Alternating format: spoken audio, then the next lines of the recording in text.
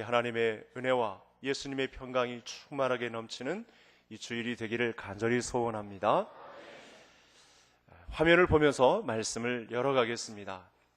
우리 하나님께서 성도님들과의 관계를 어떤 관점에서 보시는지를 잘 알 수 있는 말씀이 되겠는데, 성경 여러 군데에서 우리 성도님들과 하나님과의 관계를 결혼 관계로 보시는 장면이 등장합니다. 우선 사도 바울이 아주 이 결혼 관계를 잘 설명한 말씀을 주셨는데, 성도들과 예수님 사이에서 중매장이가 되어 그리스도께 연결하는 가교 역할을 한다는 말씀을 고린도 후서 11장에서 이렇게 주었고요.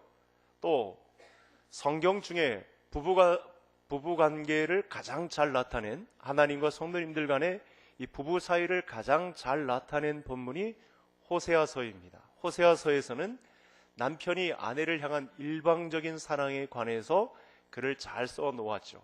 호세아와 고멜과의 관계에서, 고멜은 자꾸만 결혼 관계에서 새 남매를 낳고도 자꾸만 뛰쳐나가려고 하는데, 뛰쳐나간 고멜까지 다시 사서 결혼 관계를 끝까지 유지하려고 하시는 하나님의 이 사랑이 잘 나타나 있습니다. 그래서 내가 내게 장가들어 영원히 살되, 그 영혼까지 놓지 않고 중간에 이 아내가 뛰쳐나갔어도 붙잡아다가 보리 한 호멜 반과 은 15개를 다시 주고 고가의 값을 주고 다시 사와서 그 수치와 치욕을 벗기게 하시는 결혼관계 안의 삶을 우리에게 보여주셨습니다. 뿐만 아닙니다.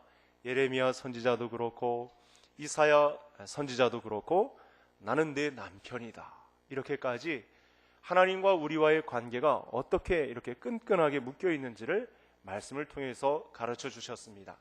성경을 닫고 있는 요한계시록 속에서도 이제 미래에 일어날 일인데, 하나님의 택하신 성도들이 하나님의 하나님의 보호자 앞에 섰던 성도들의 모습을 보니까 마치 단장한 신부와 같은, 남편을 위하여 단장한 새 신부와 같은 그런 모습으로 마지막 때에 서 있을 것이란 결혼 관계를 이야기하고 있습니다.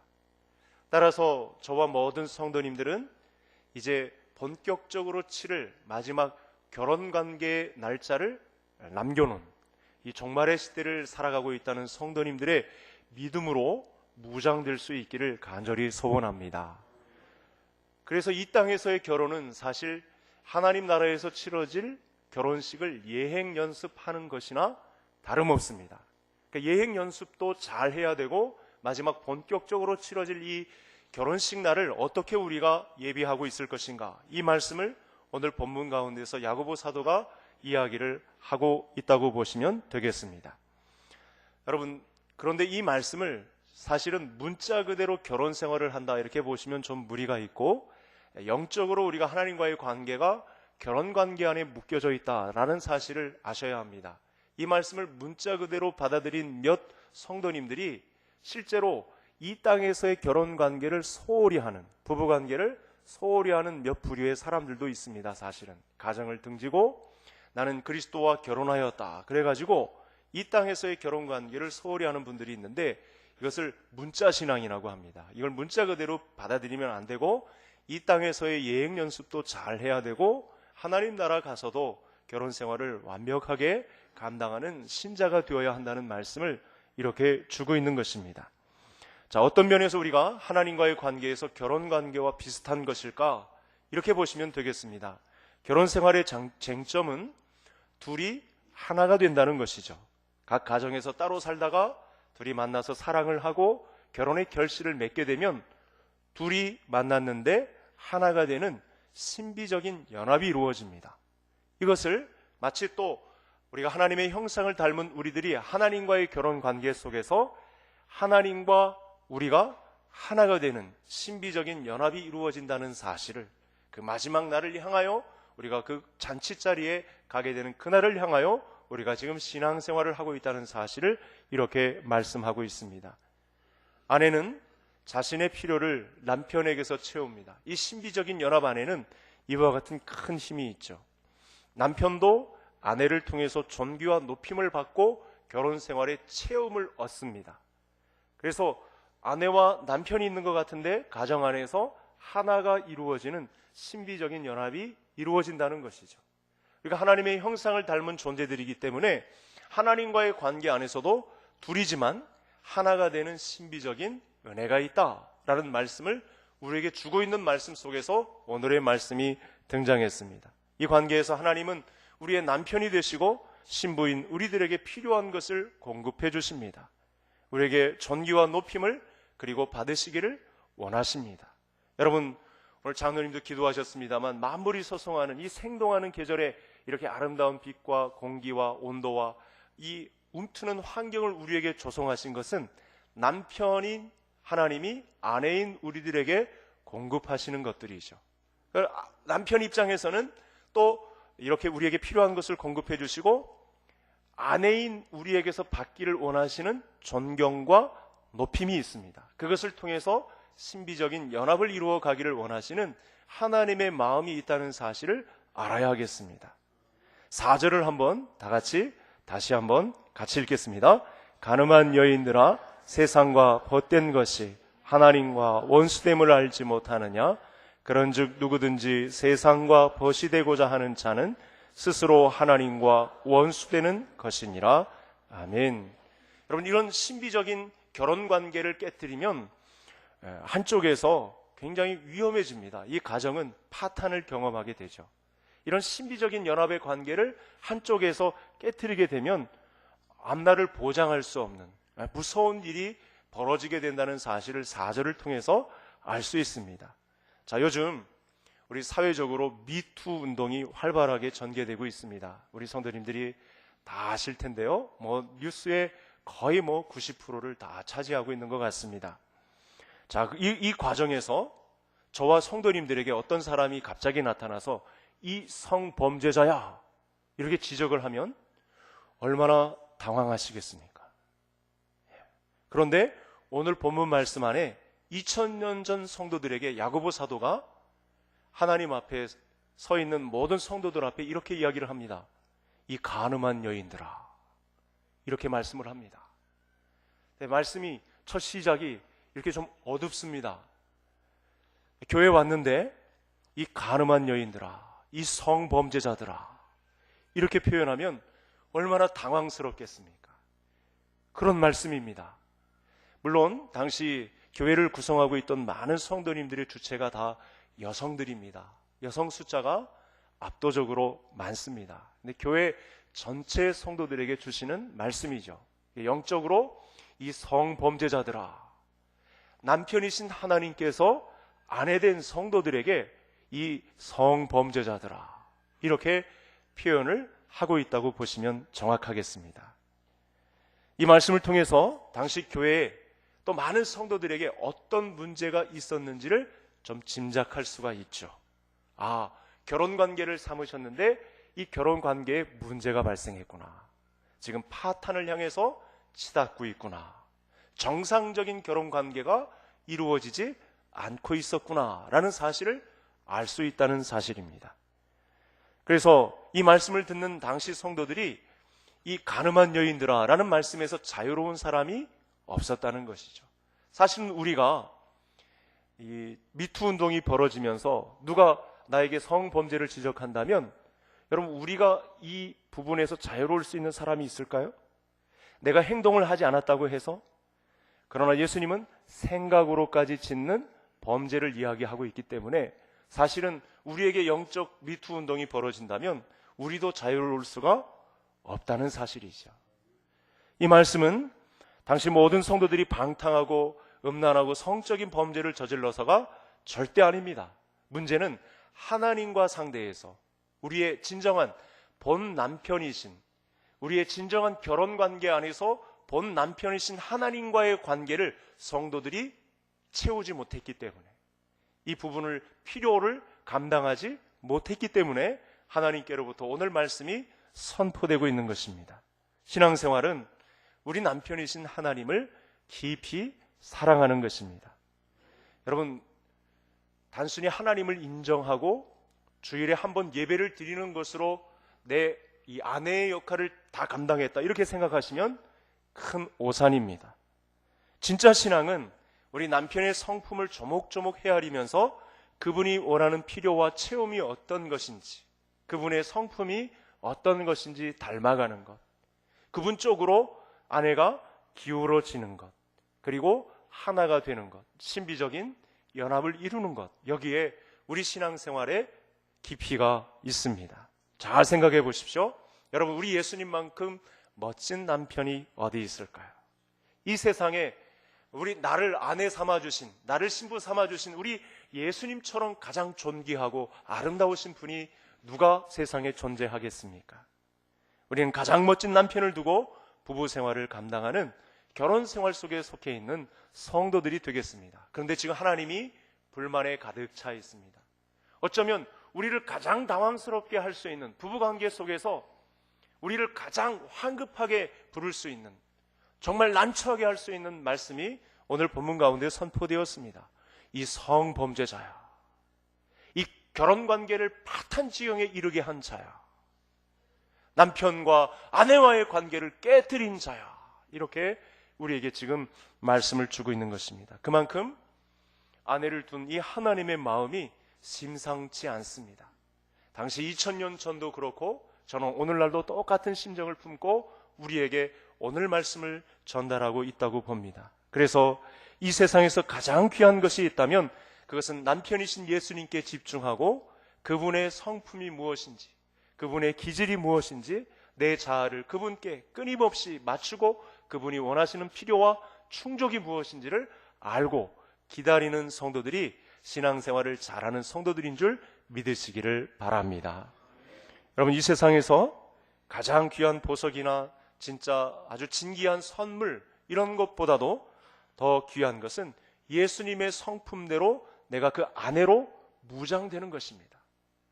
예수님의 기질대로, 성질대로 내가 그 남편과 함께 하나로 연합되는 길에 자꾸만 향하여 사모함으로 나아가는 것입니다. 이 세상에 때묻었던 지난날 과거의 그런 성질, 그런 자아, 옛 성품, 이런 것들로 자꾸 승부하려고 하지 말고 본 남편이신 예수 그리스도께 접붙어서 그분이 원하시는 길을 어떻게 살아야 하는지를 우리가 알아야 한다는 것이죠. 이와 같은 길을 진짜 결혼관계 안에서 베드로 사도가 아주 잘 설명을 해 주었습니다. 앞에 화면을 한번 보시겠습니다. 이것은 진짜 결혼관계 안에서조차 남편과 아내가 어떤 결혼관계를 영위해야 하는지에 대한 말씀을 준 것입니다. 1절부터 보면 아내들아 이와 같이 자기 남편에게 순종하라. 이건 하나님의 기질을 알고 남편에게 하나님과 같은 그 존귀한 자리를 주었기 때문에 남편에게 순종하라. 남편은 아내를 사랑하라. 이런 말씀을 동시에 주신 것이고, 그리고 너희의 두려워하며 정결한 행실을 본다. 남편은 또 그래서 3절 우리 신부들이 어떻게 남편을 향해서 마음 자세를 가져야 하는지 3절은 같이 읽겠습니다. 너희의 단장은 머리를 꾸미고 금을 차고 아름다운 옷을 입는 외모로 하지 말고.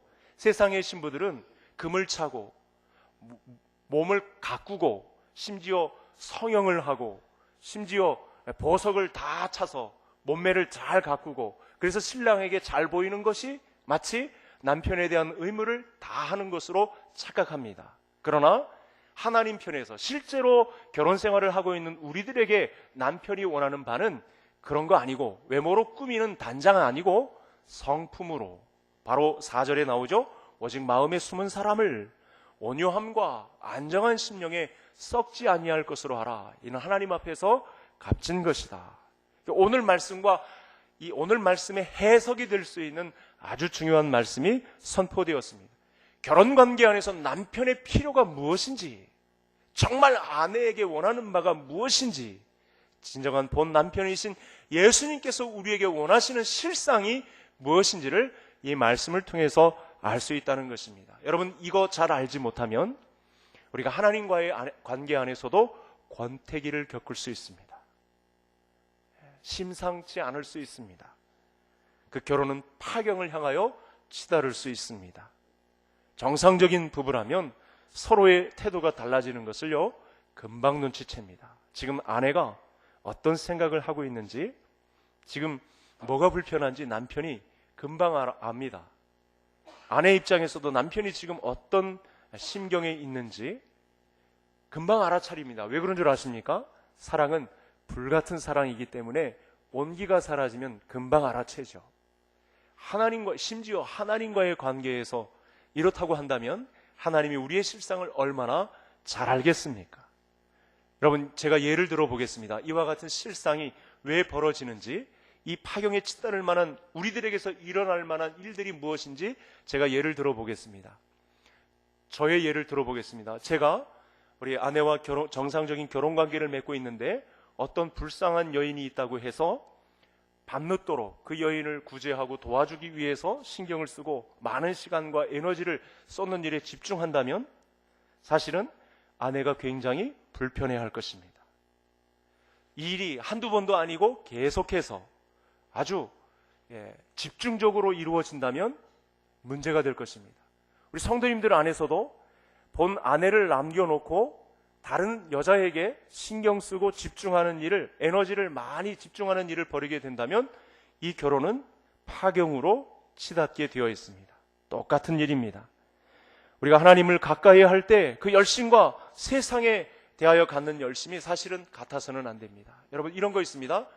하나님을 향하여 열심을 갖는 것은 괜찮습니다. 아내들로서 하나님을 향하여 그 성품을 닮아가고 그분을 닮아가기 위한 수고를 아낌없이 지원하는 것은 괜찮습니다. 그런데 하나님을 놓고 세상을 향해 열심을 갖는 것, 세상에 관심을 갖는 것, 세상의 성공적인 방법에 기웃거리는 것, 이것은 본 남편이신 하나님께서 가장 싫어하시는 것입니다. 우리가 하나님을 가까이 할 때 열심과 세상에 대하여 갖는 열심이 절대 같거나 세상을 향한 열심이 더 지나쳐서는 절대 안 됩니다. 하나님을 상대할 때 여러분, 다른 사람을 사랑하는 것에 대하여 질 수 없다, 이런 거죠. 어떤 성도님이, 어떤 집사님이 하나님을 아는 이해에 있어서 짧고 열심을 내고 기도 열심히 하고 전도하고 이런 신앙적인 열심을 내는 데 있어서 나도 질 수 없다, 이런 건 괜찮습니다. 본 남편을 향한 열정이 불타오르기 때문에 그런 것 괜찮습니다. 그런데 세상을 향하여, 세상의 방법에 의하여, 이 세상의 물질에 의하여, 이 세상의 우상에 의하여, 그들이 쓰는 성공적인 수단에 의하여 과정을 중요시 여기지 않고 결과만을 놓고 달려가는 세상의 방법을 쓰는 신부들에 대하여 하나님은 역정을 내신다는 것입니다. 오늘 본문의 표현을 빌리면 시기하신다는 사실을 말씀하고 있습니다. 여러분, 매년 미국에서 슈퍼볼 경기라는 큰 대회가 열립니다. 우리나라 축구와 같은 미식 축구 경기가 열리는데요, 여러분, 이 시청률이 무려 참여하는 인원이 2억에 가깝습니다. 그래서 돈이 어마어마합니다. 광고 수익, 방송 이 수익, 천문학적인 숫자를 치닫습니다. 그러니까 미국 자국민에 대한 그 자긍심이 이런 슈퍼볼 경기를 통해서, 그러니까 우리나라 월드컵 축구 경기도 하찮게 봐요. 그만큼 방대하니까요. 그런데 문제가 터집니다. 이 경기가 사실은 주일에 있어요. 그래서 이 기독교 기관에서 전체적인 조사를 했어요. 너무 문제가 심각하니까. 그래서 이런 수치가 나왔습니다. 59%의 교회들은 우리 변함없이 예배를 드리겠다. 주일에 슈퍼볼 경기가 있어도 59%의 성도들은 그래도 예배를 드리는 것이 마땅하다. 그런데 무려 41%가 예배 시간을 좀 다른 데로 옮기고 이 슈퍼볼 경기를 관람하는 유연한 정책을 쓰자, 이런 결과가 나왔어요. 여러분, 슈퍼볼 인기는요 상상을 초월합니다. 그래서 1년에 2억이나 해당하는 인원이 시청하는, 그 전부터도 전야제나 끝난 이후로도 파장이 너무나 크니까요, 슈퍼볼과 경쟁할 것인지 교회가 무시할 것인지 아주 심각한 고민 중에 빠져 있다는 것입니다. 여러분, 미국에서 매년 일어나는 일이지만 남의 일 같지가 않습니다. 우리에게도 슈퍼볼 신앙이 있을 수가 있습니다. 마땅히 하나님을 섬겨야 할 자리에 다른 것과 경쟁하고 끼워놓고 고민하고 이런 일들 벌이고 있다면 본 남편이신 그리스도께서 얼마나 우리에게 시기심을 불태울 것인가 하는 말씀입니다. 여러분, 무엇이든지요, 지나치면 좋지 않습니다. 본 아내를 놓고 다른 아내에게 집중하면 이게 화가 됩니다. 문제가 반드시 발생하는 것입니다. 하나님을 아무리 좋아해도 이상해지는 것은 아닌데 다른 대상을 놓고 좋아하게 되면, 거기에 열심을 나타나게 되면 이건 반드시 골마 터지게 되어 있습니다.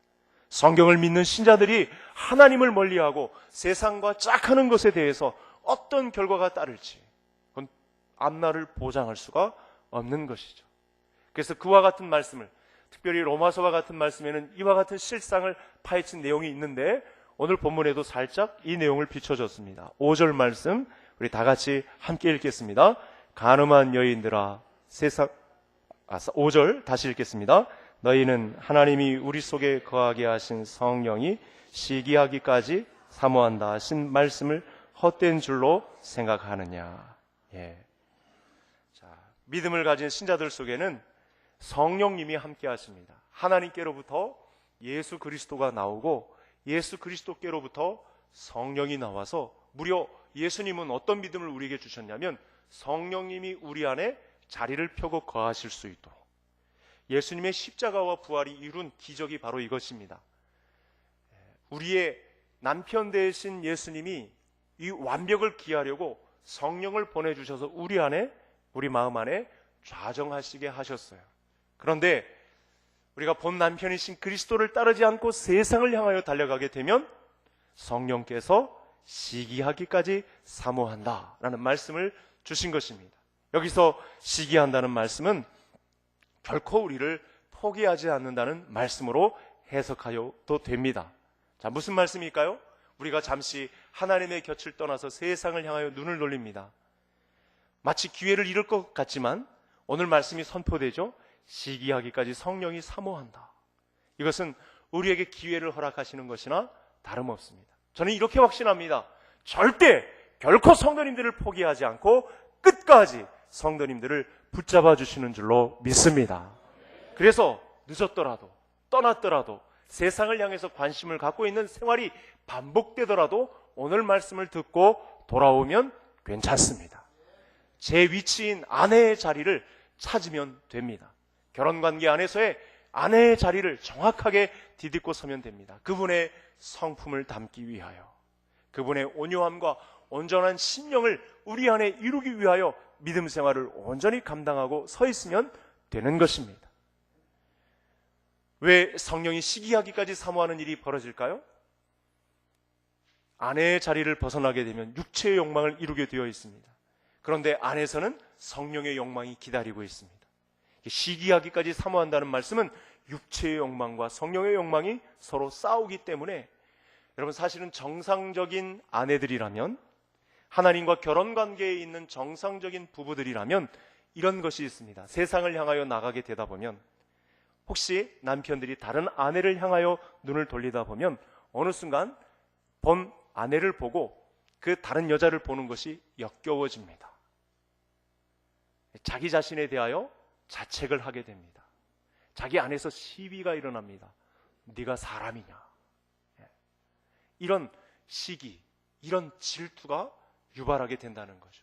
본 아내를 두고 왔기 때문에 다른 여자를 이렇게 보게 되다 보면 어느 순간 역겨워진다는 거예요.